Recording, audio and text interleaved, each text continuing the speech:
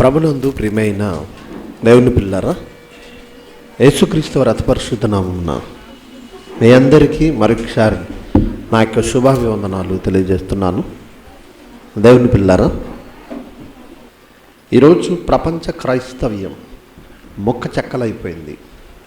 ప్రారంభంలో యెరూషలేములో ఆరంభమైన సంఘం ప్రతి పట్టణంలో ఒక సంఘంగా విస్తరిస్తూ ప్రపంచవ్యాప్తమైంది.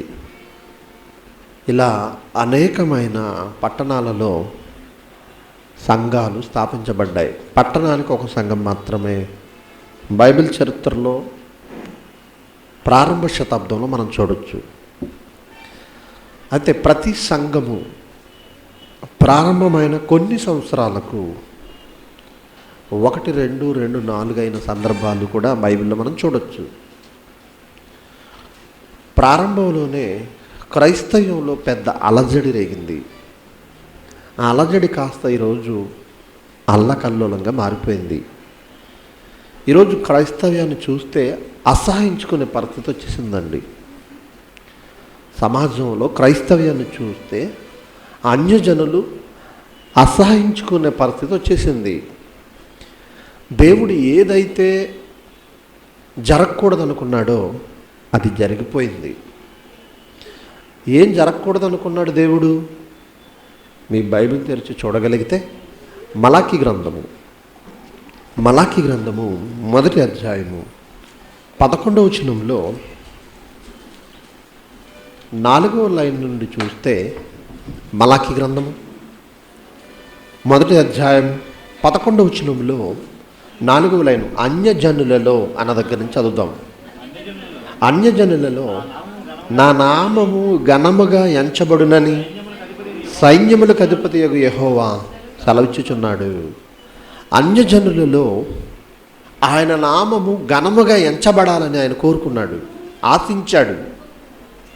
అయితే ఎలా మారిపోయిందని బాధపడుతున్నాడు అంటే 14వ వచనంలో, ఇదే మలాకీ గ్రంథము 1వ అధ్యాయం 14వ వచనం, నేను ఘనమైన మహారాజునై ఉన్నాను, అన్యజనులలో నా నామము భయంకరమైనదిగా ఎంచబడుచున్నది.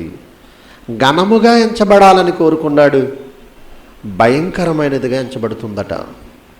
ఎప్పుడు? అసలు క్రైస్తవ్యానికి పునాది పడకముందే ప్రపంచంలో తన పిల్లల ద్వారా, తన పిల్లల నడవడిక ద్వారా, తనను నమ్ముకున్న వారి ద్వారా ఆయన నామం ఘనముగా ఎంచబడాలని కోరుకున్నాడు. ఎందుకు ఘనముగా ఎంచబడాలని కోరుకున్నాడు? అన్యజనులు ఎందుకు ఘనముగా దేవుని నామాన్ని ఎంచాలి? సాధారణంగా మనము పడనివారు, మనమంటే గిట్టని వారు ఏమనుకున్నా మనకు అనవసరం అనుకుంటామండి చాలా సందర్భంలో. అంతే కదండి. అరే మనమంటే పడనోడు అనుకుంటాడురా, అవన్నీ పట్టించుకోకూడదురా అంటూ ఉంటారు మన వాళ్ళు. ఇప్పుడు అన్యజనులు దేవునికి అవసరం లేనప్పుడు, ఇశ్రాయేలీయుల్ని తన ప్రజలు అనుకున్నప్పుడు, అన్యజనులలో దేవుని నామం భయంకరమైనదిగా ఎంచబడితే బాధపడుతున్నాడు ఏంటండి? వాళ్ళలో ఆయన నామం ఎందుకు ఘనముగా ఎంచబడాలి? ఎందుకు దూషింపబడితే బాధపడుతున్నట్టుగా అనిపిస్తుంది అని అంటే, అసలు యేసుక్రీస్తుని లోకానికి పంపడమే ఇశ్రాయేలు కొరకు మాత్రమే కాదు, అన్యజనులు రక్షింపబడాలని. అసలు దేవుని వాక్యము, దేవుని సంకల్పము, దేవుని మర్మం ఏంటి? అన్యజనులందరూ క్రీస్తు ద్వారా ఆయన దగ్గరకు రావాలనేది కోరిక. కాబట్టి అన్యజనులలో ఆయన నామం ఘనముగా ఎంచబడాలని కోరుకున్నాడు. ఆనాడు ఇశ్రాయేలీయుల ఎడల, ఈనాటి క్రైస్తవుల ఎడల. అన్యజనులలో మనల్ని బట్టి దేవుని నామం అవమానింపబడకూడదు అని దేవుడు కోరుకుంటే, ఏది జరగకూడదు అనుకున్నాడో అదే జరిగిపోయింది ఈరోజు సమాజంలో. మిమ్మును బట్టే కదా నా నామం అన్యజనుల మధ్య దూషింపబడుచున్నది. ఎప్పుడు? 1900 సంవత్సరాల క్రితమే దేవుని నామం అన్యజనుల మధ్య దూషింపబడుతుందట. మరి ఈరోజు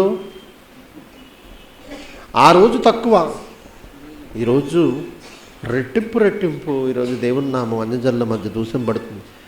ఎవరైనా క్రైస్తవ్యాన్ని స్వీకరించాలంటే భయపడుతున్నారు. క్రైస్తవ్యంలోనికి రావాలంటే చిచ్చి అనుకుంటున్నారు. ఎందుకు? క్రైస్తవ్యం చెడిపోయింది. క్రైస్తవుల మధ్య ప్రేమ లేదు, ఐక్యత లేదు, మంచి మనసు లేదు, పరిశుద్ధత లేదు, ఏమి లేవండి. క్రీస్తు లక్షణాలు క్రైస్తవంలో కనబడడం లేదు. పెద్ద కలకలం రేగింది. ఈరోజు క్రైస్తవ్యం పరిస్థితి బాలేదు. ఎందుకు అనంటే చేయాల్సిన పూజ చేయవలసిన దానికి చేయడం లేదు, చేయాల్సిన పూట చేయకూడని వారికి చేస్తున్నారు. అదే ఈరోజు ఈ పాఠ్యాంశం. దేవుడు తరతరాలలోనూ యుగయుగాలలోనూ మరుగుపరిచానని ఒక విషయం గురించి చెప్పాడు. కొలస్సీలకు రాసిన పత్రిక 1వ అధ్యాయము 25వ వచనాన్ని మీరు చూడగలిగితే,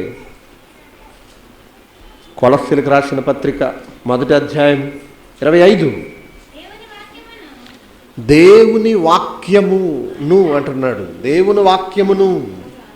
దేవుని వాక్యం అంటే మనకు తెలీదా అండి? దేవుని వాక్యం అంటే మనకు తెలీదా? మన చేతిలో ఉన్న బైబిల్, ఇందులో ఉన్న లేఖనాలు, అవునా కదా? అవును. మరలా అనగానే వివరిస్తున్నాడేంటి? దాని వాల్యూ మీకు తెలియదురా? దేవుని వాక్యం అంటే ఏమనుకున్నారు? ఈరోజు మీ చేతులు 66 పుస్తకాలుగా ఉందనుకుంటున్నారేమో, లేదా ఆనాటి మనుషులకైతే ఇదిగో పౌలు ద్వారానో అపోస్తుల ద్వారానో ప్రకటింపబడిపోయింది, చాలా సింపుల్ అనుకుంటున్నారేమో. దేవుని వాక్యము అనగా ఇది మీ చేతిలోనికి రావడానికి దేవుడు ఎప్పటి నుంచి దాచిపెట్టాడో తెలుసా? యుగములలోనూ తరములలోనూ మరుగు చేయబడిన మర్మము అంటున్నాడు. మీ చేతిలో ఉన్న ఈ వాక్యము ఎప్పటి నుంచి మరుగు చేస్తూ వచ్చాడు తెలుసా అండి? ఎప్పటి నుంచి దాచిపెట్టాడు తెలుసా మనకు ఇవ్వడానికి? యుగములలోనూ తరములలోనూ మరుగు చేయబడి ఉన్న మర్మం అంటున్నాడు. ఏమండి, ఎందుకండి వాక్యాన్ని అప్పటి నుంచి మనకి ఇవ్వాలని దాచిపెట్టాడు? ఏంటి దీని ప్రత్యేకత? వాక్యం యొక్క ప్రత్యేకత ఏంటి?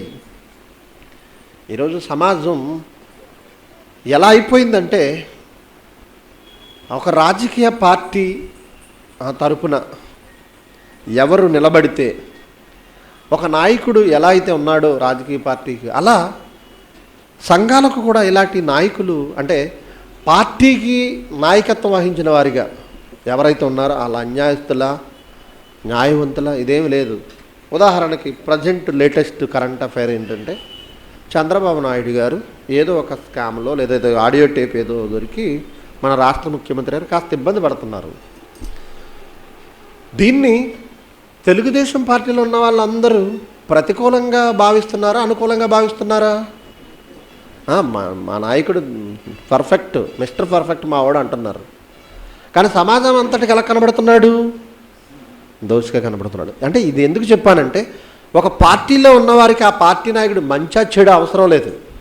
జగన్ ఉన్నాడు, ఆయన కూడా ఎంతో అవినీతి కుంభకోణంలో కూరుకుపోయిన వ్యక్తే. కానీ ఆ పార్టీలో ఉన్న నాయకులకు కానీ మిగిలిన వారికి కానీ కార్యకర్తలకు కానీ అతను ఎలా ఉన్నాడు? ఒక దేవునిలా కనబడుతున్నాడు. పార్టీలలో ఎలాగైతే నాయకుడు మంచోడా చెడ్డోడని పక్కన పెడితే, దీన్ని పట్టించుకోకుండా ఎలాగైతే ముందుకు వెళ్ళిపోతున్నారో అది రాజకీయ పార్టీ కనుక చెల్లుద్ది. క్రైస్తవ్యంలో కూడా ఎలాంటి పరిస్థితి ఏర్పడిందంటే, దేవుని వల్ల సమాజంలో ఉన్న దౌర్భాగ్య పరిస్థితి ఈరోజు క్రైస్తవ్యంలో చోటు చేసేసుకుంది. దేవుడు దేనినిచ్చాడో, దేనిని చూడమన్నాడో దానిని చూడకుండా మరొక దానిని చూడడం ఈరోజు క్రైస్తవానికి అలవాటైంది. క్రైస్తవ్యంలో పెద్ద కలకలం రేగింది. చూద్దాం. తరతరాలలోనూ యుగయుగాలలోనూ మరుగు చేశాడట దేనిని? వాక్యాన్ని. ఎందుకు మరుగు చేశాడు? ఏంటి దీని ప్రాధాన్యత, ఏంటి దీని ప్రాముఖ్యత అని అంటే, ఒక మాట చెప్పాడు బైబిల్లో, పాత నిబంధన గ్రంథంలోనే కీర్తన గ్రంథంలో చెబుతున్న మాట. 138వ అధ్యాయము కీర్తన గ్రంథము 138వ అధ్యాయము 2వ వచనం. నీ పరిశుద్ధాలయము తట్టు నేను నమస్కారము చేయుచున్నాను, నీ నామమంతటి కంటే నీవిచ్చిన వాక్యమును నీవు గొప్ప చేసి ఉన్నావు. భక్తుడు మాట్లాడుతూ దేవునితో, ఆయన నామమంతటి కంటే ఆయన నామం అంతటికంటే వాక్యాన్ని గొప్ప చేశాడటండి. మనం ముందుకు ఏం విన్నాం? ఆయన నామం అన్యజనుల మధ్య దూషింపబడితేనే ఆయన తట్టుకోలేకపోతున్నాడు. ఇప్పుడు ఆయన నామం అంతటికంటే వాక్యము గొప్ప చేశాడట. ఆ వాక్యానికి ఈరోజు సమాజంలో విలువ ఉందా? ఆయన నామమునికే విలువ లేదు. ఆయన నామము కంటే గొప్పదట. ఏంటి? ఆయన గొప్ప చేశాడట. నీ నామం అంతటి కంటే నీవిచ్చిన వాక్యమును నీవు గొప్ప చేసి ఉన్నావు అంటున్నాడు. ఏంటండి దీనికి ఉన్న ప్రాధాన్యత? తరతరాలలోనూ యుగయుగాలలోనూ మరుగు చేశాడు ఆ వాక్యమును. తన నామం అంతటి కంటే గొప్ప చేశాడు వాక్యాన్ని. ఎందుకంటారు? మార్చి నెలలోనండి కాకినాడలో జయశాలి గారి సభలు జరిగాయి. ఆ సభలలో 4వ రోజు స్థానిక ఎమ్మెల్యే గారు వచ్చారండి. చాలామంది ఉన్నారు, కొంతమంది లైవ్లో చూసుంటారు. ఎమ్మెల్యే గారు ఏం మాట్లాడారు తెలుసా అండి? ప్రస్తుతం సమాజంలో ఎన్నో నేరాలు ఘోరాలు జరుగుతున్నాయి. ఈ నేరాలను ఘోరాలను ప్రభుత్వం చట్టం అదుపు చేయలేకపోతుంది. అభ్యుదయవాదులు సమాజాన్ని మార్చలేని పరిస్థితిలో ఉన్నారు. సంఘ సంస్కర్తలు మార్చలేని పరిస్థితులు ఉన్నారు. దేశోద్ధారకులమైన మేము మార్చలేకపోతున్నాం. పార్టీ నాయకులుగా మేమేం చేయలేకపోతున్నాం. కానీ క్రైస్తవులు సమాజాన్ని మార్చగలరు అన్నాడండి ఆయన. ఒక అన్యుడు, ఎంత ఉన్నతమైన స్థితి ఒక అన్యుడు మెదడులో ఉంది చూడండి క్రైస్తవ్యం గురించి. క్రైస్తవులు మార్చగలరండి అన్నాడు. అందరూ చప్పట్లు కొట్టారు సభలో. ఒక అన్యుడు, ఒక ఎమ్మెల్యే క్రైస్తవ్యం గురించి ఇలా మాట్లాడాడంటే కారణం ఏమనుకుంటా తెలుసా? క్రైస్తవుడు పట్టుకున్న ఆయన చేతిలో ఉన్న, క్రైస్తవుని చేతిలో ఉన్న వాక్యం ఈ సమాజాన్ని మార్చగలదు.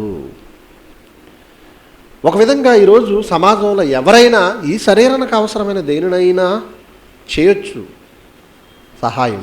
అది పథకాల రూపంలోనో లేదా మరొక రూపంలోనో 60-70 సంవత్సరాల జీవితానికి ఉపయోగపడే ఏదైనా మనిషి చేయగలడు. చేయగలిగిన శక్తి ఉన్నవాడు, సామర్థ్యం ఉన్నవాడు. అయితే ఈ శరీరాన్ని నడిపిస్తున్న ఆత్మకు ఎవరు జీవాన్ని ఇవ్వలేరు. ఆత్మను ఎవరు పోషించలేరు. ఆత్మను ఎవరు రక్షించలేరు, ఒక వాక్యము తప్ప. ప్రపంచంలో ఎంత గొప్పవాడైనా మనిషికి చేయగలిగింది వాడి శరీరానికి మాత్రమే తప్ప ఈ శరీరాన్ని నడిపిస్తున్న ఆత్మకు ఎవరు ఏమీ చేయలేరు. కానీ ఈ శరీరాన్ని నడిపిస్తున్న నిత్యము జీవింపజేసే ఈ ఆత్మ జీవించడానికి అవసరమైనది వాక్యం. ఈరోజు వాక్యం ఎందుకు అనుకుంటున్నారు? మీకు తెలిసిన సందర్భం యాకోబు పత్రిక 1వ అధ్యాయము. యాకోబు పత్రిక 1వ అధ్యాయం 21వ వచనం. అక్కడ ఏమన్నాడంటే, మీ ఆత్మలను రక్షించుటకు శక్తి గల వాక్యము. ఆత్మ చాలా శక్తి గలదండి. ఆత్మ చిన్నదేం కాదు. మన శరీరంలో ఉన్న ఆత్మ చాలా శక్తి గలది. ఈ శరీరాన్ని విడిచిపెడితే దాని శక్తికి అంత ఉండదు. శరీరాన్ని విడిచిపెట్టిన సెకండ్స్లో, క్షణాలలో వెళ్ళాల్సిన లోకానికి వెళ్ళిపోద్దని, అంత ఫాస్ట్. ఇంకా చెప్పాలంటే దానిని దేవుడు తప్ప ఎవరు అదుపు చేయలేరు. అంత శక్తివంతమైనది ఆత్మ. ఒక విధంగా చెప్పాలంటే దేవుడి నుండి విభాగింపబడింది కదా. దేవుడు మహాశక్తివంతుడు. మహాశక్తివంతమైన ఆత్మ నుండి విభాగింపబడి మన శరీరంలోనికి వచ్చింది దేవుని ఆత్మ. చాలా శక్తి గలది. ఆకాశం మహాకాశాలు పట్టలేనంత విస్తారమైన ఆకారం దేవుని కోసం మనం చదువుకున్నాం. మనము ఇలా ఆలోచిస్తే శక్తివంతమైన ఆత్మను రక్షించడానికి అంతే శక్తివంతమైన మరి స్థితి కావాలి రక్షించేదానికి. అంత శక్తివంతమైన స్థితి దేవుడు వాక్యానికి ఇచ్చాడట. ఆలోచించండి. అంటే వాక్యం అనేది చాలా గొప్పది. ఎంత గొప్పదంటే ఈ ప్రపంచంలో దాని ముందు ఏది సాటి రాదు. ఈ ప్రపంచాలను కలుగజేసింది ఆ వాక్యం. ఈ ప్రపంచంలో మనం బ్రతకడానికి భూమిని పండిస్తుంది ఆ వాక్యం. గాలినిచ్చింది వాక్యం, జీవాన్నిచ్చింది వాక్యం. ఈ ప్రపంచం అంతటిని క్రమబద్ధంగా తిప్పుతున్నది దేవుని వాక్యం. ఈ ప్రపంచం అంతటిని కాల్చివేయడానికి సిద్ధంగా ఉన్నది అదే వాక్యం. వాక్యానికి ఉన్న శక్తి ప్రపంచంలో మరి దేనికి లేదండి. కాబట్టే దేవుడు తన నామం అంతటి కంటే వాక్యాన్ని గొప్ప చేసి అన్నాడు. ఇంకా ఈ వాక్యం గురించి మాట్లాడుతూ ఎలాంటి సందర్భాల్లో భక్తులు ఎలా వాక్యాన్ని వర్ణించారో చెబుతూ కీర్తన గ్రంథము 56వ అధ్యాయము 10వ వచనం. కీర్తన గ్రంథము 56వ అధ్యాయము 10వ వచనాన్ని చూడగలిగితే, దేవునిని బట్టి నేను ఆయన వాక్యమును కీర్తించదను అంటున్నాడు. దేవునిని కీర్తించడం ఒక ఎత్తు అయితే, ఆయనను బట్టి వాక్యాన్ని కీర్తించడం అనేది మరొక స్థితి.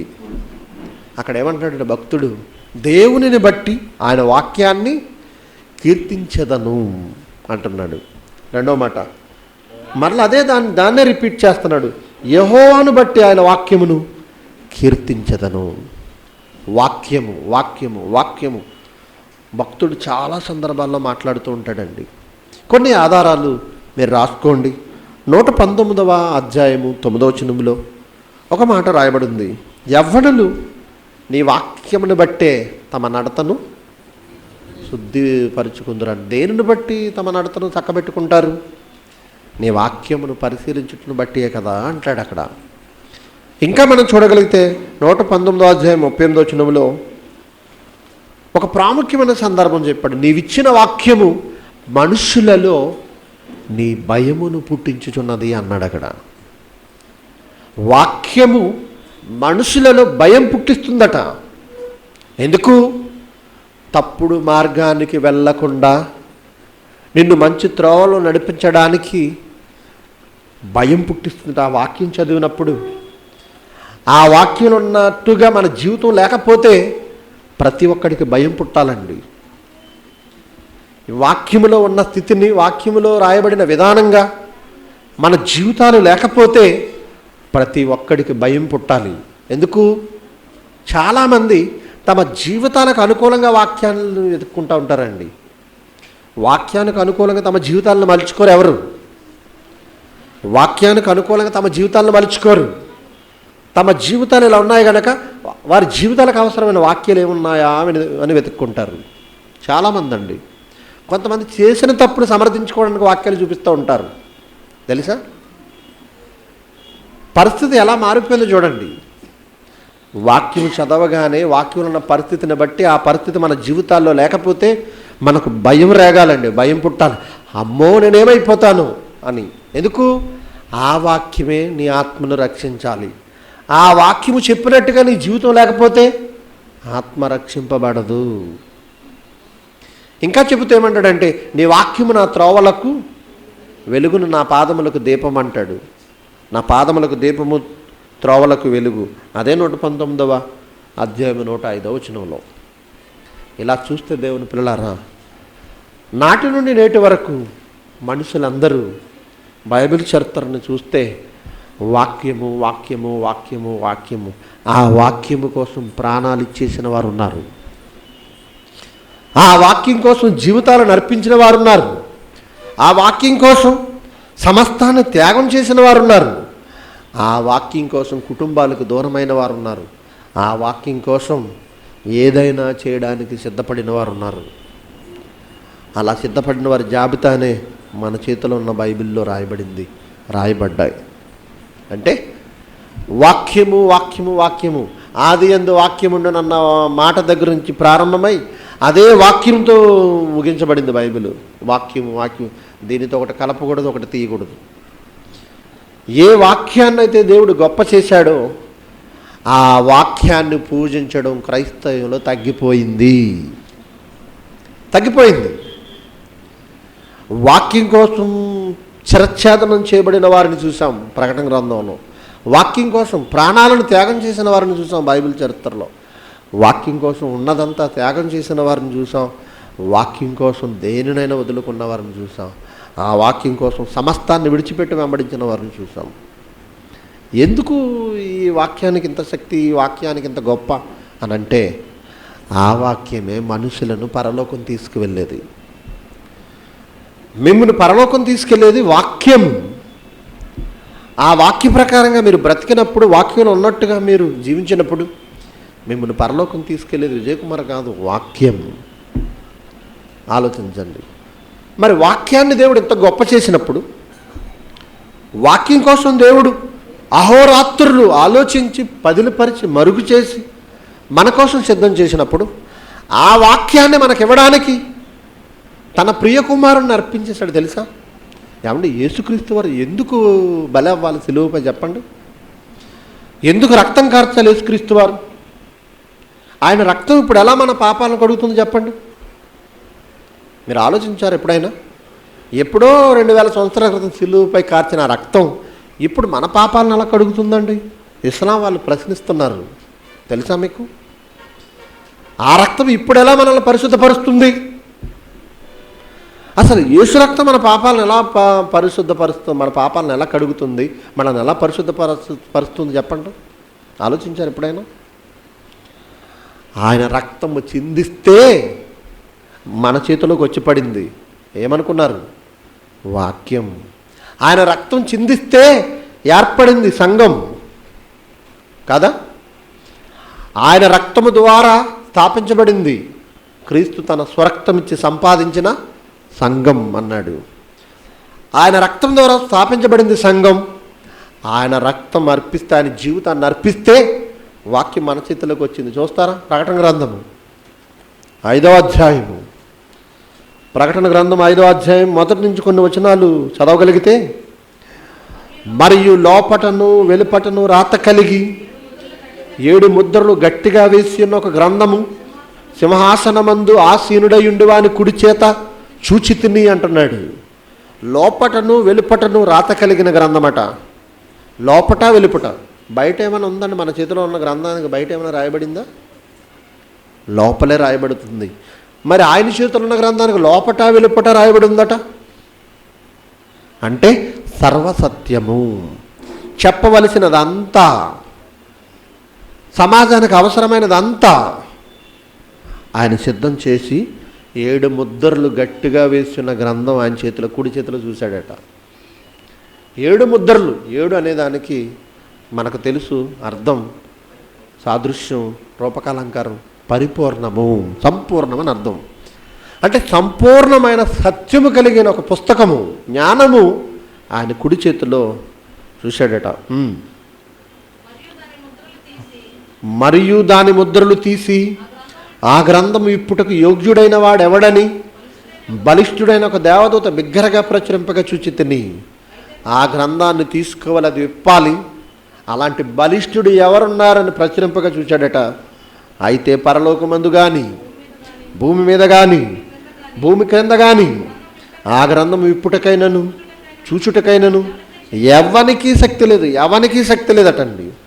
పరలోకమందు, భూమి మీద, భూమి క్రింద అంటే పాతాళ లోకానికి వెళ్ళిపోయిన పరదైసులో ఉన్న నీతిమంతులు కానీ ఎవరికి శక్తి లేదట. ఎవరికి శక్తి లేదు. ఎలా మరి ప్రపంచానికి అందుద్దది? భూమి మీద, పరలోకములో, భూమి క్రింద పాతాళంలోని ఆ గ్రంథం ఇప్పుటకు ఆ సర్వసత్యం సమాజంలోనికి తీసుకువెళ్ళడానికి ఎవరికి శక్తి లేకపోయినప్పుడు ఈ సమాజాన్ని ఎలా కాపాడాలి? ఎలా ఈ సమాజాన్ని మార్చాలి? అది వస్తేనే కానీ సమాజం మారదు. అప్పుడటండి ఆ గ్రంథం ఇప్పుటకైనను చూచుటకైనను యోగ్యుడెవడును కనబడనందున ఏడుస్తున్నాడట. అయ్యో, ఎలా ఆ గ్రంథం విప్పాలి? ఇప్పుడు ఆ గ్రంథంలో ఉన్న సర్వసత్యం సమాజానికి అందాలి. ఏడుస్తున్నాడట. ఆ పెద్దలలో ఒకడు, ఏడవకు, నువ్వు బాధపడద్దు, ఇదిగో దావీదు చిగురైన యోధా గోత్రపు సింహం ఆ 7 ముద్రలు తీసి ఆ గ్రంథమును విప్పుటకై జయము పొందినను నాతో చెప్పెను. యేసుక్రీస్తు శిలువ బలయాగము వలన దేవుని కుడి చేతిలో ఉన్న ఆ వెలుపట లోపట రాత కలిగిన ఆ 7 ముద్రలు గట్టిగా వేసిన గ్రంథం విప్పబడింది. సర్వసత్యం దేవుడు తరతరాల్లోనూ మరుగు చేసిన యుగయుగాలను మరుగు చేసిన ఆ మర్మం, ఆ సర్వసత్యం యేసుక్రీస్తు చేజిక్కించుకున్నాడు. తండ్రి చేతిలో నుండి తీసుకువెళ్ళే శక్తి పొందాడు.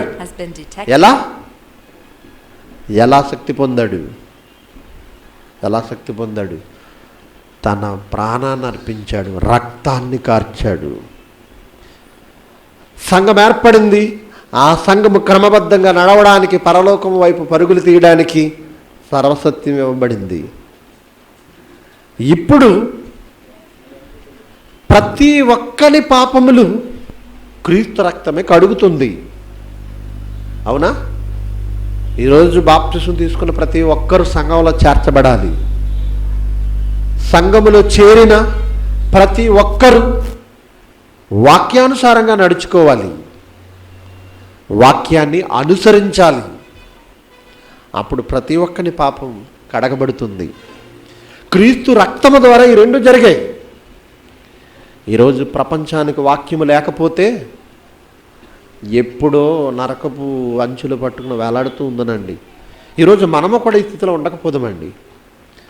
మన చేతిలోనికి ఇది రావడానికి, ఈ వాక్యం రావడానికి క్రీస్తు తన ప్రాణాన్ని అర్పించాడు, తన రక్తాన్ని కార్చాడు.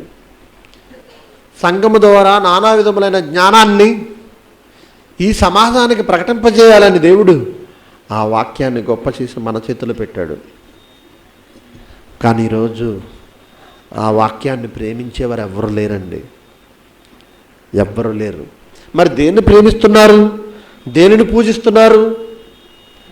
వాక్యాన్ని పక్కన పెట్టారు, వ్యక్తులను పూజించడం మొదలుపెట్టారు. వాక్యాన్ని పక్కన పెట్టారు, వ్యక్తులను పూజించడం మొదలుపెట్టారు సమాజంలో. ఇది ప్రారంభ శతాబ్దం నుండే ఆరంభమైంది.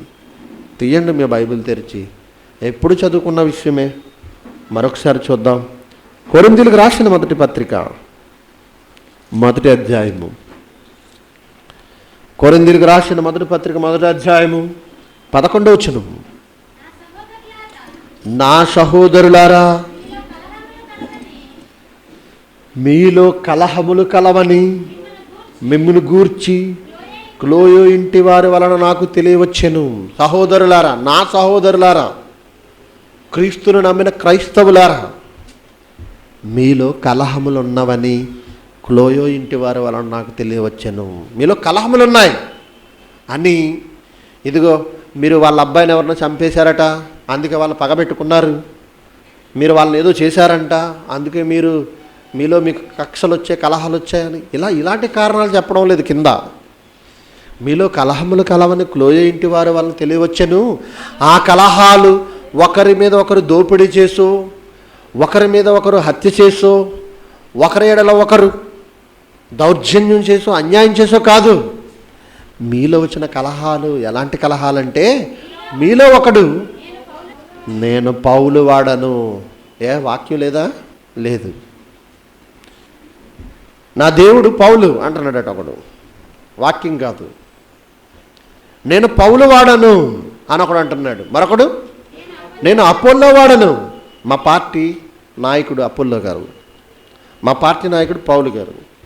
చూసారా?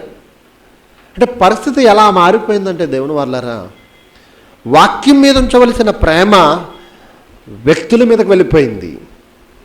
నేను పౌలు వాడను అనొకడు, నేను అపోల్లో వాడను అనొకడు, మరొకడు అబ్బే లేదు పేతురు గారు అందరికంటే ముందు, నేను ఆయన పార్టీ అంటున్నాడు. నేను పేతురు వాడను, మరొకడు నేను క్రీస్తు వాడను అని అనకూడదా? ఏమండి, నేను క్రీస్తు వాడను అని కూడా అనకూడదా? అలాంటి అర్థం వస్తుంది కదా. అంటే దాని అర్థం ఏంటంటే, ఒకరేమో క్రీస్తుని కలిగి ఉన్నారు, మరికొందరేమో పౌలునొకరు, తర్వాత ఏమో పేతురునొకరు, అపోలోనొకరు కలిగి ఉన్నారు. పోనీ క్రీస్తు వాడనని చెప్పుకుంటే అందరూ బాగుండు, కానీ అలా చెప్పుకోవడం లేదు. వీళ్ళు ఎవరిని చూస్తున్నారన్నమాట? వ్యక్తులను చూస్తున్నారు, వాక్యాన్ని చూడడం లేదు. ఎంత దుస్థితి ఈరోజు సమాజంలో క్రైస్తవ్యంలో చోటు చేసుకోబోతుందో మీకు తెలీదు. ఇప్పుడు మాట్లాడుతూ పౌలు గారు అంటున్నాడు, ఇదిగో మీరు నలుగురుగా మీరు విడిపోయారు, ప్రారంభ సంఘములో కలహం ఎందుకు వచ్చింది? ప్రారంభ సంఘములో విభజన ఎందుకు వచ్చింది? ప్రారంభ సంఘములో ఎందుకు చీలికలు ఏర్పడ్డాయి?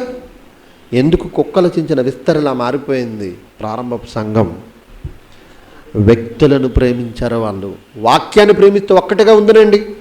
ఈరోజు పట్టణానికి ఒకే సంఘం ఉందినండి. ఈరోజు క్రైస్తవులందరూ వాక్యాన్ని ప్రేమిస్తే ప్రతి పట్టణానికి ఒకటే సంఘం ఉండాలి, ఒకటే సంఘం ఉండాలి. ఇన్ని సంఘాలు ఉండకూడదు. ఎన్ని సంఘాలు ఉన్నాయంటే క్రైస్తవం నరకానికి వెళ్ళిపోద్దు. ఏమండి, ఒక సంఘం అంటే ఒకటి పడదండి, ఒకరికి పడదండి. ఇది ఈ సంఘం వాళ్ళు మీటింగ్ పెడితే వాళ్ళు రారు, వాళ్ళ సంఘం వాళ్ళు మీటింగ్ పెడితే వీళ్ళు వెళ్ళరు, మనం మీటింగ్ పెడితే వీళ్ళందరూ రారు. మనకేమన్నా ఆపద వచ్చిందంటే వీళ్ళందరూ ఒకటి అయిపోతారు. అప్పటి వరకు శత్రువులే. యేసుక్రీస్తు వారిని పట్టుకున్నప్పుడు పిలాతు, హేరోదు ఎలాగైతే మిత్రులు అయిపోయారో అప్పుడు వీళ్ళందరూ ఒకటి అయిపోతారు మనం సమాజంలోకి వెళ్ళేసరికి. చూసారా? ఏమండి, వాళ్ళకి పరలోకం వెళ్ళాలని ఆశ ఉంది, మనకు ఆశ ఉంది. ఇలా అన్ని సంఘాలకు పరలోకం మేము వెళ్ళాలని వెళ్తామని ఆశ కలిగి ఉన్నప్పుడు మరి అక్కడికి వెళ్తే ఒకరి ముఖం ఒకరు చూసుకోరా? అక్కడ కూడా ఎవరి సంఘాలు వాళ్ళు అక్కడ పెట్టుకునే పరిస్థితి ఏమైనా ఉందా? లేదు కదండి. ఉందా? లేదండి. అసలు పరలోకంలో విభజన వచ్చినందుకే గెంటి పడేశాడు. దోతల మధ్య ఏం ఏర్పడింది? విభజన. పరలోకంలో ఆయన చిత్తానికి వ్యతిరేకంగా ఎవరు ఉండడానికి వీల్లేదు. భూమి మీద కనుక చెల్లుతుంది. ఇది సాతాను సామ్రాజ్యం కనుక వాడి పనే అది, మొక్క చెక్కలు చేసేయడమే. కానీ పరలోకంలో తండ్రి చిత్తం, పరలోకమందు నీ చిత్తం నెరవేర్చున్నట్లు భూమి మీద కూడా అలా ఉంటే బాగున్నాయా అని ప్రార్థించమన్నాడు యేసుక్రీస్తు వారు. కానీ అది జరగడం లేదు. జరగకపోగా మరింత విభజన. అసలు వాక్యాన్ని ఎందుకు ఇచ్చాడో తెలుసండి? యోహాను సువార్త 17వ అధ్యాయం 14వ వచనం చూడండి. ముందు యోహాను సువార్త 17వ అధ్యాయం 14వ వచనం. వారికి నీ వాక్యం ఇచ్చి ఉన్నాను. వాక్యం ఇచ్చాడటండి. మీకు తెలుసు ఈ సందర్భం. ఏ తల్లిదండ్రులైనా సరే తమ పిల్లలకు ఏం దాచిపెడతారు? ఆస్తి, అంతస్తు, ధనము, పాలసీలు, దస్తావేజులు చేతిలో పెడతారు. యేసుక్రీస్తు తాను వెళ్ళిపోతే తాను శిష్యులకు ఏమిస్తున్నాడు? వాక్యము. మనకేమిచ్చాడు? ఇప్పుడు ఆయన వెళ్ళిపోయి వాక్యం ఇచ్చాడు. ఎందుకు ఆ వాక్యం? 21వ వచనం చదవండి. ఇప్పుడు 21వ వచనంలో 3వ లైన్ నుంచి అనుకుంటా. వారి వాక్యం వలన, వారికి ఇచ్చిన వాక్యం వలన నాయందు విశ్వాసం ఉంచిన వారందరూ ఏకమై ఉండాలి. అందరినీ ఒక్కటిగా ఉంచేది వాక్యం, అందరినీ విడగొట్టేది వ్యక్తి. బాగా ఆలోచించండి. అందరినీ ఒక్కటిగా ఉంచేది వాక్యం, అందరినీ విడగొట్టేది వ్యక్తులు. వ్యక్తులను బట్టి వేరైపోయారు. కలహాలంటే వాళ్ళు కొట్టుకుని వేరవలేదండి ప్రారంభ సంఘం. గమనించాలి మనం. వాళ్ళలో కలహాలట వ్యక్తులను బట్టి. మా నాయకుడు పౌలు గారు ఏమైనా చెప్తే చేస్తాం, నువ్వేం చెప్తే వినం మేము అంటున్నారట. వాళ్ళేమో ఇదిగో పేతురు గారు చెప్తే వింటాం మేము అంటున్నారట కొంతమంది. మా గురువు గారు అపోల్లో గారు ఇప్పుడు కూడానండి ఉన్న నాయకుల్లో కూడా పనిచేసుకుంటారు. మా గురువు గారు. నిజమండి. ఒక సహవాసంలో 4 గురువులు ఉంటే ఇలాగే మాట్లాడుతున్నారు. అసలు ఎవరిని చూస్తున్నారు మీరు?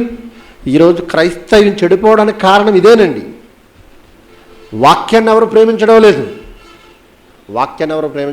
వ్యక్తులను బట్టి వాక్యాన్ని ప్రేమిస్తున్నారు తప్ప వాక్యాన్ని బట్టి వ్యక్తులు ప్రేమించడం లేదు. ఇదే అసలు పాయింట్. వ్యక్తులను బట్టి వాక్యం వింటున్నారు. అదేంటండి? పలానా ఆయన అయితే వాక్యం బాగా చెప్తాడండి. ఎవరు చెప్పారు? ఆయిందా వాక్యం? పలానా ఆయిందా వాక్యం? పోనీ చెప్పినవాడి గొప్పతనం ఏమైనా ఉందా? సొంతంగా నా బుర్రలో ఏమన్నా తయారు చేసుకుని నేను ఏమన్నా చెబుతున్నానా? ఉన్న వాక్యాన్ని సరిగా విభజిస్తున్నాను అంతే. కానీ ఈరోజు మనుషులు ఏం చేస్తున్నారంటే వ్యక్తులు చూడడం వలన విభజన అనేది వచ్చిందన్న సంగతి మర్చిపోయారు. ప్రారంభ సంఘంలో విభజన అందుకే జరిగిందండి. దీని గురించి పౌలు గారు అంటాడు. అదే 1 కొరింథీయులకు రాసిన పత్రిక 3వ అధ్యాయం 2వ వచనములో 3వ లైన్ చూడండి. 3వ లైన్, మీరింకను శరీర సంబంధులై ఉండుట వలన ఇదిగో ఇప్పుడు మీరు బలహీనులే. ఇంకా శరీర సంబంధులే. ఇంకా శరీర సంబంధంగా ఉన్నారా మీరు? ఇంకా శరీర సంబంధం, ప్రకృతి సంబంధమైన మనుషుల్లాగా ఆలోచిస్తున్నారా? ఎప్పుడైతే మీరు బాప్తిసం తీసుకున్నారో వ్యక్తులు మీ కంటికి కనపడకూడదు. అప్పటి వరకు మీకు వ్యక్తి మీద అభిమానం ఉండొచ్చు, వ్యక్తి మీద ప్రేమ ఉండొచ్చు, వ్యక్తి మీద మరొక ఉద్దేశం ఉండొచ్చు. కానీ ఇప్పుడు మీరు ఆత్మ సంబంధులైన వారు మీరు మొదటి రోజున చూడండి, సహోదరులారా ఆత్మ సంబంధులైన మనుషులతో మాట్లాడినట్లు నేను మొదట్లో మీతో మాట్లాడలేకపోతుని, శరీర సంబంధులే అని, క్రీస్తునందు పసిబిడ్డలే అని మొదట్లో మీతో మాట్లాడాను. అయినంత మాత్రాన మీరు నన్ను ప్రేమిస్తారేంట్రా బాబు అంటున్నాడు. 3వ వచనం, మీలో అసూయయు కలహమును ఉండగా మీరు శరీర సంబంధులై మనుష్య రీతిగా నడుచుకునే వారు కారా? ఒకడు నేను పౌలు వాడను, మరొకడు నేను అపొల్లో వాడను అని చెప్పినప్పుడు మీరు ప్రకృతి సంబంధులైన మనుషులు కారా? ఒకడు నేను పౌలు వాడని అంటున్నారు, మరొకడేమో అపొల్లో వాడని అంటున్నారు, మరొకడు ఫలానా వాడని నేను చెప్పుకుంటున్నారు. మీరు ప్రకృతి సంబంధమైన మనుషులు కాదా? ఆత్మ సంబంధులు కాదా? మీరు ప్రకృతి సంబంధమైన మనుషుల్లాగా ఇంకా మాట్లాడతారేంటి? మీలో ఆత్మ ఉన్నాడు, బాప్తిసం తీసుకోగానే పరిశుద్ధాత్ముడు మీలోకి వచ్చాడు.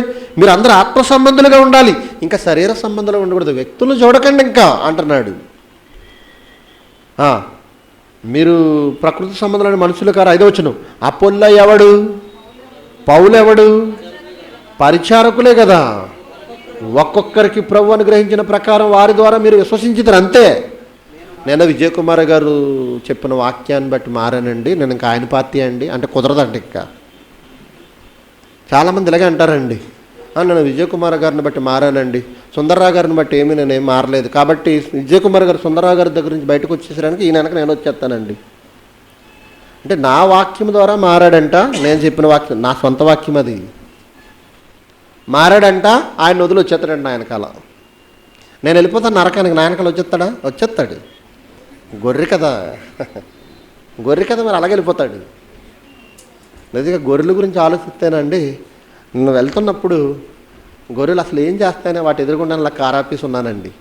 పోనీ కారు ఆగిందని చూసుకోవాలి కదా, వచ్చి గుద్దేస్తున్నాయి దాన్ని. అలా గుద్దేశం ఏదో తగిలిందని పక్కకి వెళ్తున్నాయి. పోనీ ముందుది గుద్దుకుంది, వెనకాలదైనా చూడాలిగా, దాన్ని గుద్దేసుకుంటుంది అది. అంటే గొర్రె స్వభావం చూడండి. అందుకే మనల్ని ఏమన్నాడు తెలుసా యేసుక్రీస్తు వారు? గొర్రెలు. ఇంక వెనక ముందు ఏం చూడవు, ఎవడైతే చెప్తే వాడు వెనకాల వెళ్ళిపోవడమే.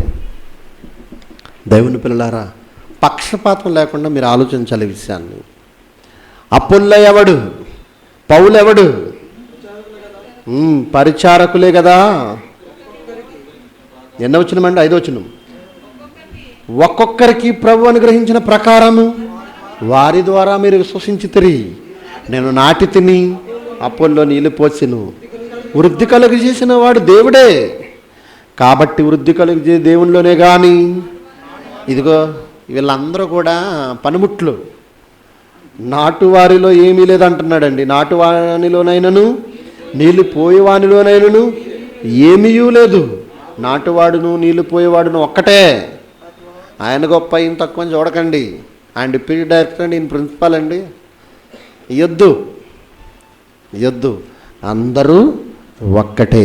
ఎవరు చెప్పినా వారి చెప్పిన వాక్యానుసారంగా ఉంటే మన జీవితాలకు అన్వయించుకోవాలి. అపొల్లో ఎవడు, పౌలు ఎవడు? పరిచారకులండి వాళ్ళు. వీళ్ళేదో వీళ్ళ సొంత జ్ఞానం చెబుతున్నట్టుగా, వీళ్ళంతా చెబుతున్నట్టుగా భావించొద్దు. వాక్యాన్ని చూడాలి మనం. వ్యక్తులు చూడడం వల్లే పార్టీలు వచ్చేసాయండి. ప్రారంభ శతాబ్దంలో సంఘంలో విభజన జరిగింది. ఇంకొక విషయం చెప్పమంటారా?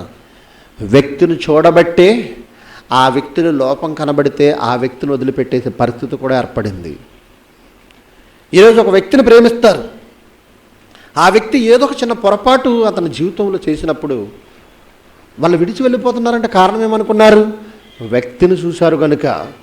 అందుకే వ్యక్తి మీద ఇష్టం పెంచుకుంటే ఆ వ్యక్తికి ఏదన్నా ఏదో ఒక చిన్న పొరపాటు చేసినప్పుడు అతని మీద అసహ్యం వేస్తుందండి. ఎంత ప్రేమించాను ఈయన ఎలా చేసేసాడు అనుకుంటాం, దూరం అయిపోతాం, విడిచిపెట్టేస్తాం, విశ్వాసానికి దూరం అయిపోతాం. దేవుని పిల్లలారా, ఈరోజు వాక్యాన్ని ప్రేమించక వ్యక్తులను ప్రేమించడం వలన సమాజంలో క్రైస్తవ్యం పరిస్థితి అల్లకల్లోలం అయిపోయింది. యేసుక్రీస్తు వారు వచ్చారు 2వ రాకడలో. ఆ రండి నేనే యేసుక్రీస్తుని వచ్చేయండి పరలోకం అన్నాడు అనుకోండి. ఆయన కింద ఉన్న వాళ్ళు ఏమంటారు తెలుసా? మాకేంటి నమ్మకం, మా పాస్టర్ గారిని చెప్పమను, అప్పుడు నమ్ముతాం అనే రకంగా వచ్చేసారండి ఈరోజు క్రైస్తవులు. యేసుక్రీస్తు వారు వచ్చి నేనే యేసుక్రీస్తునన్నా మేము నమ్మం బాబు, నేనే క్రీస్తునని అనేకులు వస్తారని మా పాస్టర్ గారు చెప్పారు. ఆయన చెప్పానండి, ఆయన చెప్తే వస్తాం, ఆయన ఏది చెప్తే అది మేము చేస్తాం. మా పాస్టర్ గారే దేవుడు.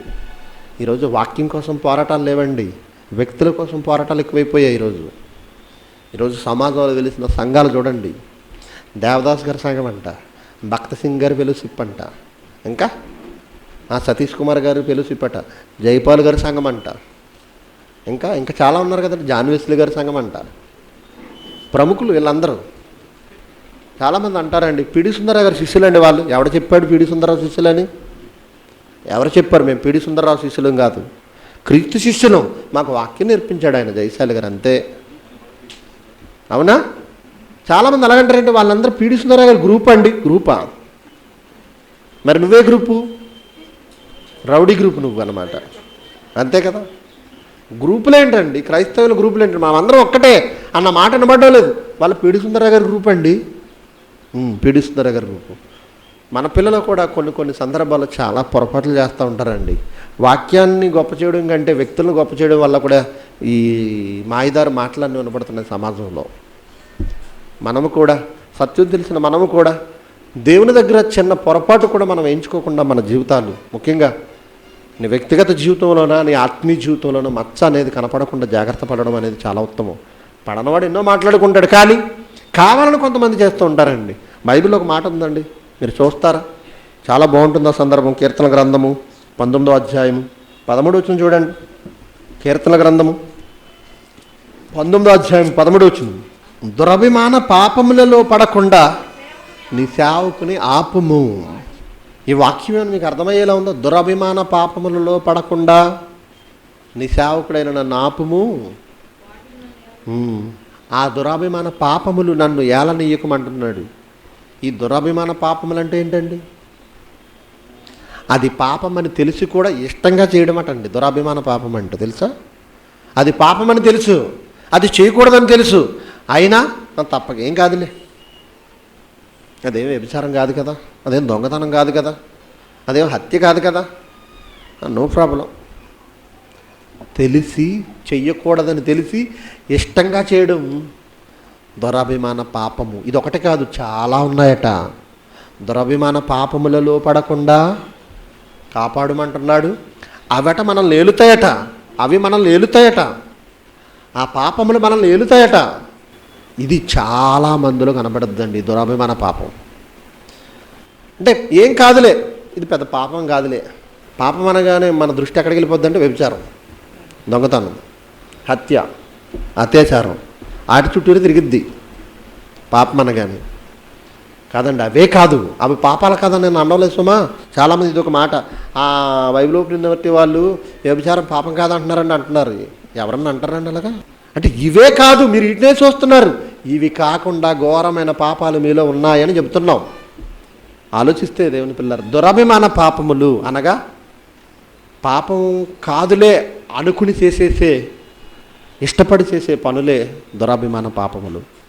ఇవి కావాలని కొంత చేస్తున్నాం మనం. ఎలా? వ్యక్తులను ప్రేమించడం వలన, వాక్యాన్ని పక్కన పెట్టి వ్యక్తులను ప్రేమించడం వలన, వ్యక్తిని బట్టి వాక్యాన్ని అంగీకరించడం వలన. వాక్యాన్ని బట్టి వ్యక్తిని స్వీకరించు, కానీ వ్యక్తిని బట్టి వాక్యాన్ని ప్రేమిస్తే దేవుడు సహించడు. ఎందుకంటే తన నామం అంతటి కంటే వాక్యాన్ని గొప్ప చేసినప్పుడు, ఆ వాక్యం కంటే వ్యక్తిని గొప్ప చేస్తే దేవుడు అస్సలు ఊరుకోడు. ఎందుకు అనుకుంటున్నారు?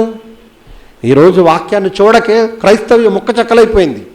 ఏ వాక్యం అందరినీ కలిసి ఉండడానికి ఇచ్చాడో అది లేక ఈరోజు ముక్క చెక్కలైపోయింది వ్యక్తుల పేరు మీద. ఈరోజు ఎన్ని పోరాటాలండి వ్యక్తుల మీద. వాక్యానికి అన్యాయం జరిగితే ఎవడు ముందుకు వస్తలేదు, రోడ్డు మీదకి రావడం లేదు. కానీ వాళ్ళ పాస్టర్ గారికి ఏదైనా అన్యాయం జరిగితే చాలా రోడ్డు మీదకి వస్తున్నారు. ఏమంటే మా పాస్టర్ గారిని అన్నాడండి, వ్యక్తులను ప్రేమిస్తే ఇలాగే ఉంటుందండి. వ్యక్తులు ప్రేమిస్తే ఆ వ్యక్తి ఏం చెప్పినా మనం అలాగే వెళ్ళిపోతాం, గొర్రెల్లా. అదే వాక్యాన్ని ప్రేమిస్తే వాక్యం చెప్పినట్టు నడుస్తాం. ఈరోజు వ్యక్తులు ప్రేమించడం వలన, ఆ వ్యక్తి ఏం చెబితే అది చేయడం వలన విశ్వాసులు అందరూ నరకానికి వెళ్ళిపోతున్నారు. ఇంకా ఆ వ్యక్తి మీద ప్రేమ పెంచుకోవడం వలన ఆ వ్యక్తి ఏదైనా చిన్న పొరపాటు చేస్తే ఆ వ్యక్తికి దూరం అయిపోయే పరిస్థితి ఏర్పడుతుంది. ఇదంతా ఆలోచిస్తే వ్యక్తిని ప్రేమించకూడదు, వ్యక్తిని ద్వేషించకూడదు, వాక్యాన్ని ప్రేమించాలి. ఇక మనకు వ్యక్తులొద్దు. ఒకనొక సందర్భంలో పేతురు గారు కొర్నేలు ఇంటికి వెళ్తాడండి. వెళ్ళినప్పుడు పరిస్థితి ఎలా ఉందో చూడండి. ఆ కొర్నేలి పేతురు గారి కాళ్ళ మీద పడిపోతాడండి. తెలుసా మీకు ఈ సందర్భం? అపోస్తుల కార్యములు 10వ అధ్యాయం 25వ వచనం నుంచి చూద్దాం. అపోస్తుల కార్యములు 10వ అధ్యాయం 25. పేతురు లోపలికి రాగా కొర్నేలి అతనిని ఎదుర్కొని అతని పాదముల మీద పడి నమస్కారం చేశాను. కొర్నేలి ఏం చేశాడట? పేతురు గారి పాదాల మీద పడిపోయాడట. అలా పడిపోయినప్పుడు పేతురు గారు అంటున్నారు, అందుకు పేతురు, నీవు లేచి నిలువుము, నేను కూడా నరుడనే అని చెప్పి అతన్ని లేవనెత్తాడు. నా కాళ్ళ మీద ఎందుకు పడ్డావయ్యా అంటే కొర్నేలు గారి మనసులో ఉన్న భావం ఏంటన్నమాట? అమ్మో, దేవుడు చెప్పాడు పలానా అతన్ని పంపిస్తానని, పలానా వ్యక్తిని పంపిస్తానని దూత ద్వారా చెప్పాడు. అమ్మో, ఇతను ఎంత గొప్పోడు అంటే ఇప్పుడు మనసంతా ఎవరి మీద ఉందన్నమాట? పేతురు గారే దేవుడు, పేతురు గారే నాకు దిక్కు అన్న స్థితిలోకి వెళ్ళిపోయాడండి. కొర్నేలి అండి, శతాధిపతి, 100 మందికి అధికారి, సైనికుడు, కమాండర్ అండి ఆయన, మేజర్ అండి ఆయన.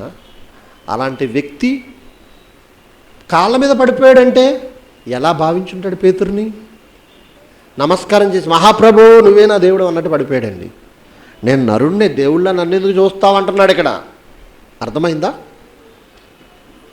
నేను నరుణ్ణే, దేవుళ్ళ నన్ను ఎందుకు చూస్తావు అంటే కొర్నేలు మనసు ఎవరి మీద ఉందన్నమాట?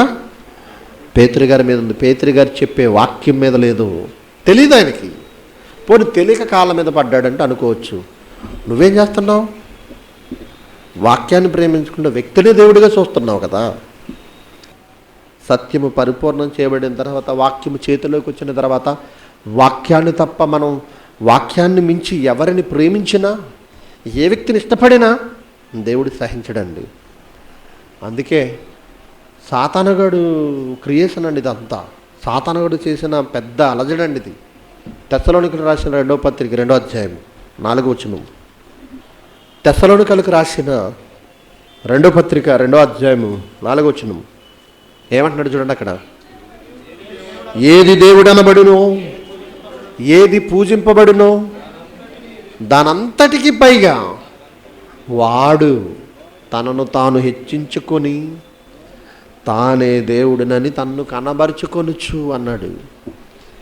ఏది దేవుడు అనబడుతుందో, ఏది పూజింపబడుతుందో దానంతటికి పైగా వాడు, అపవాది, పైన కూర్చున్నాడట. ఎవరిని పెట్టాడు వాడు అనుసరులుగా? వాక్యాన్ని కాదు, వ్యక్తిని చూడండి అంటున్నాడు. వాక్యాన్ని కాదు, వ్యక్తిని చూడండి. మీరు పూజించేది వాక్యాన్ని కాదు, మనిషిని చూడండి. దేవుడు లేడు మనుషుల హృదయాలలో, వాక్యము లేదు మనుషుల హృదయాలలో. మనుషుల హృదయాలలో మనుషులే కనబడుతున్నారు. అందుకే క్రైస్తవం చీలిపోయిందండి. ఈరోజు చీలిపోయింది. వాక్యానికి ఆకర్షితులై వచ్చిన ప్రతి ఒక్కరూ ఏదో ఒక వ్యక్తి మీద అభిమానం పెంచుకోవడం, ఆ వ్యక్తి బయటకు వెళ్ళిపోయినప్పుడు అతని వెంట వెళ్ళిపోవడం. సత్యం సమాజంలో స్థాపించబడి మనకంటూ ఈ సత్యవాక్యం తెలియనప్పుడు లోకంలో అన్యాయస్తులుగా అన్యాయం అయిపోతున్న తరుణంలో ఈ సత్యవాక్యాన్ని మనకు ఎంతకు తీసుకొస్తే మనం కూడా ఏం చేశామంటే వ్యక్తి మీద ప్రేమ పెంచుకున్నాం.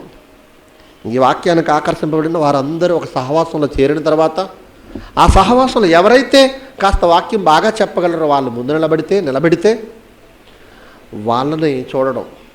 అంటే ఎవరిని ప్రేమిస్తున్నారన్నమాట? వాక్యాన్ని కాదు. దేవుని పిల్లలారా, నిష్పక్షపాతంగా ఆలోచించండి. పక్షపాత ధోరణితో కాకుండా ఆలోచించండి. మనం వాక్యాన్ని ప్రేమించినప్పుడు నిలకడగా ఉంటాం. వాక్యాన్ని కాకుండా వ్యక్తిని ప్రేమించినప్పుడు మన నిలకడ దెబ్బతింటుంది. ఆ వ్యక్తి ఏదో ఒక రోజు ఏదో చిన్న పొరపాటు చేసినట్టుగా మనకు తెలుస్తుంది. మనిషి కదండి, చేస్తాడు. అప్పుడు మన విశ్వాసం దెబ్బతింటుంది. తెలుసా? మన విశ్వాసం దెబ్బతింటుంది. పౌలుని విడిచి చాలామంది వెళ్ళిపోయారండి. తెలుసా మీకు?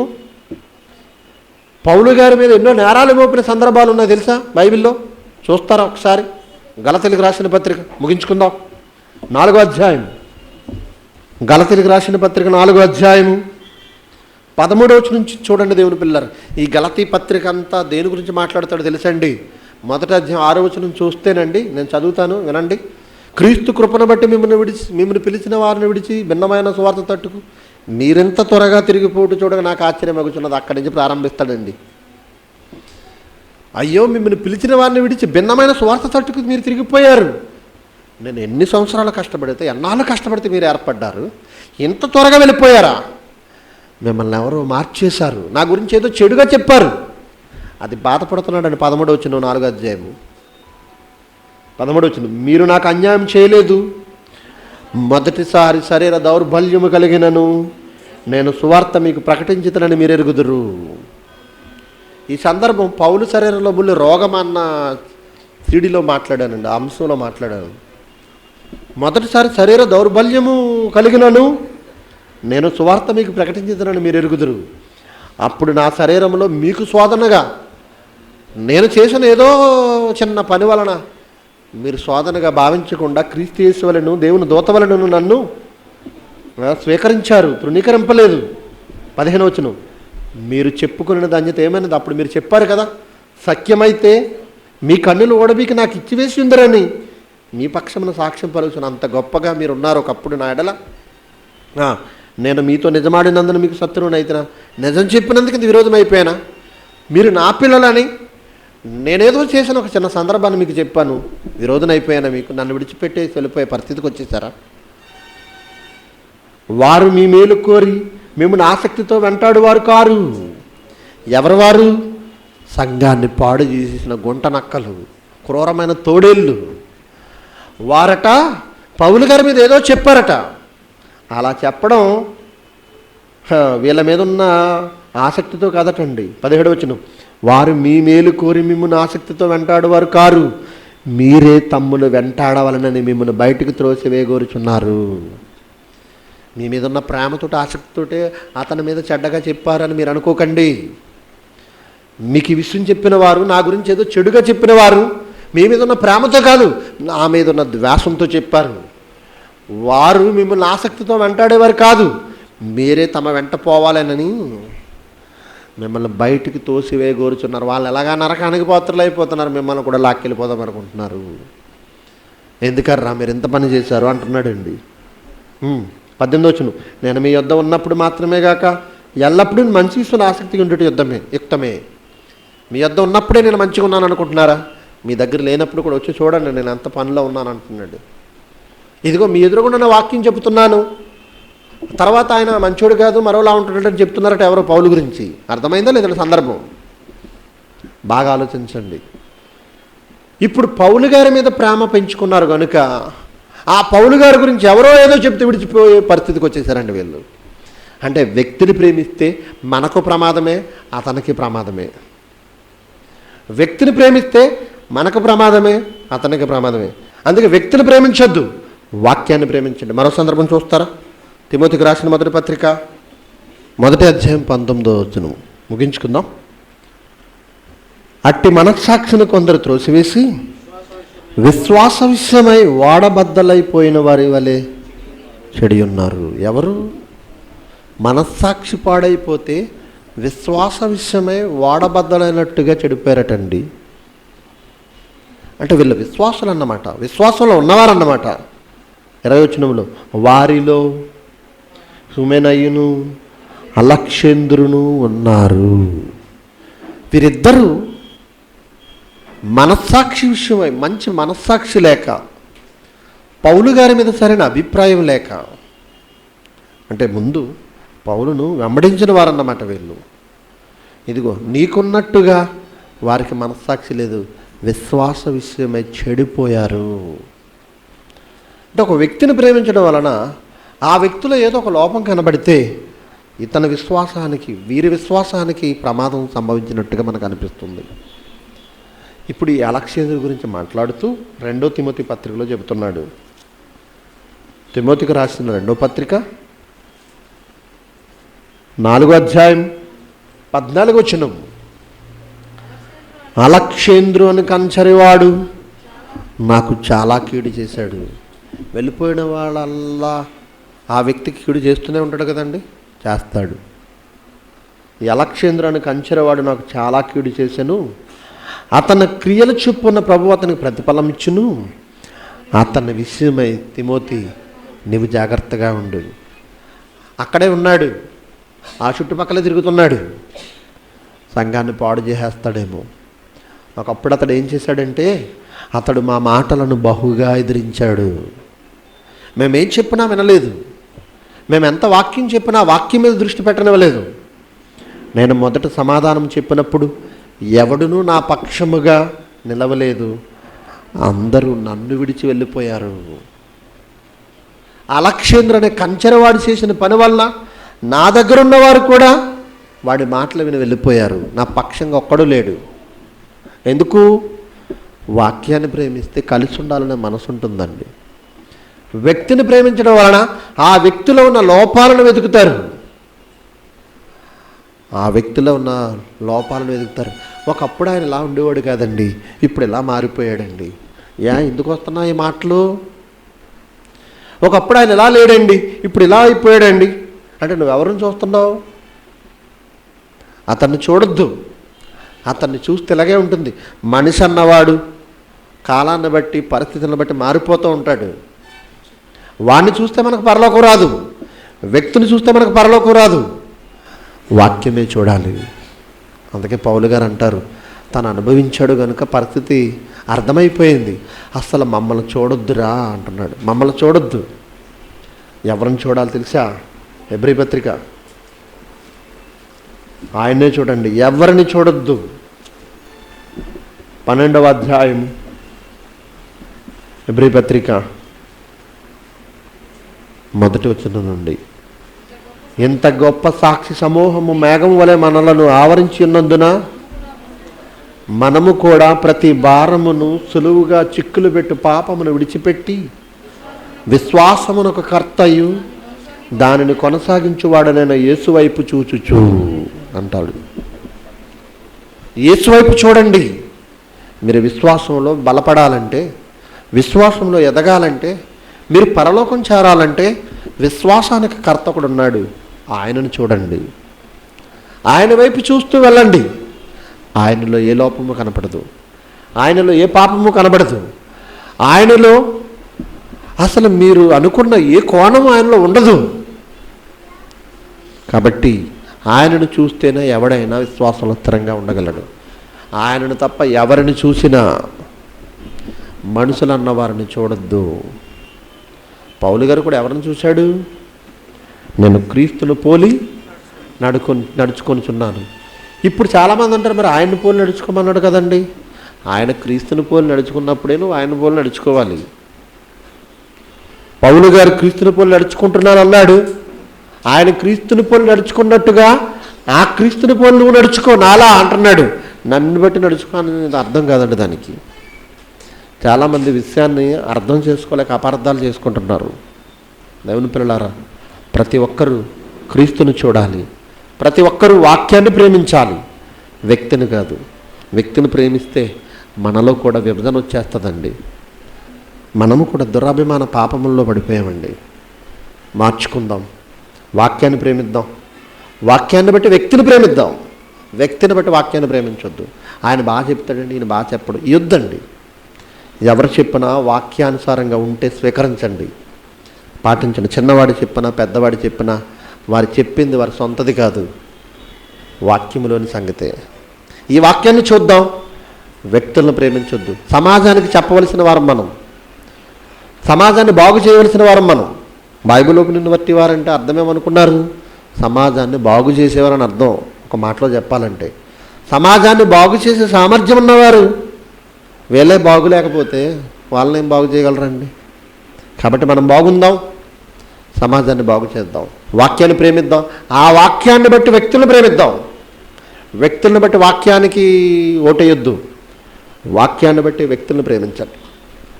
ఆ వాక్యం అందరినీ కలిసికట్టుగా ఉండమని చెప్పింది.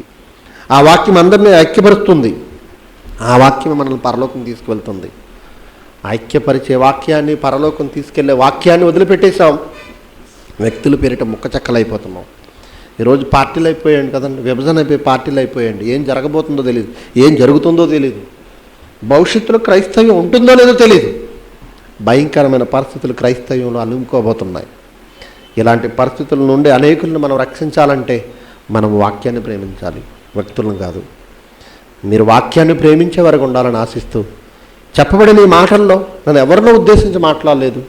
మనమందరం సరి చేసుకుందాం, ముందుకు వెళ్దాం, వాక్యాన్ని ప్రేమించే వరకు ఉందామన్న ఆలోచనతో నేను చెప్పాను తప్ప ఏ వ్యక్తి మీద ద్వేషంతో, ఏ వ్యక్తి మీద ప్రేమతో ఈ విషయాలు చెప్పలేదని మీరందరూ గమనించాలని కోరుతూ ఈ నా మాటలు ముగిస్తున్నాను. తల్ల వంచండి, ప్రార్థన చేసుకుందాం. దయగల మా తండ్రి, కృపగల మా దేవ, ఉన్నతమైన మీ మాటలను మీ పిల్లలకు చెప్పాను. నాటి నుండి నేటి వరకు సంఘం చీలిపోతుందంటే కారణం మనుషులందరూ, విశ్వాసులందరూ వ్యక్తులను ప్రేమిస్తున్నారు, వాక్యాన్ని ప్రేమించడం లేదు. ప్రతి ఒక్కరూ వాక్యాన్ని ప్రేమించే వారిగా ఉండాలన్న ఆలోచనతో ఉన్నతమైన సంగతులను, వారికి తెలిసిన సంగతులనే మీరిచ్చిన జీవగ్రంథముల నుండి చూపించాను. ఎవరు అన్యద భావించకుండా, ఎవరు మనసులో నొచ్చుకోకుండా ప్రేమతో వాక్యాన్ని అంగీకరించి సాత్వికంతో స్వీకరించే ధన్యతను ప్రతి ఒక్కరికి మనం కోరుతూ మీ కుమారుడును మా ప్రభువును రక్షకుడైన క్రీస్తు యేసు వారి పేరటి ప్రార్థన అడిగి వేడుకొనుచున్నాము తండ్రి. ఆమేన్.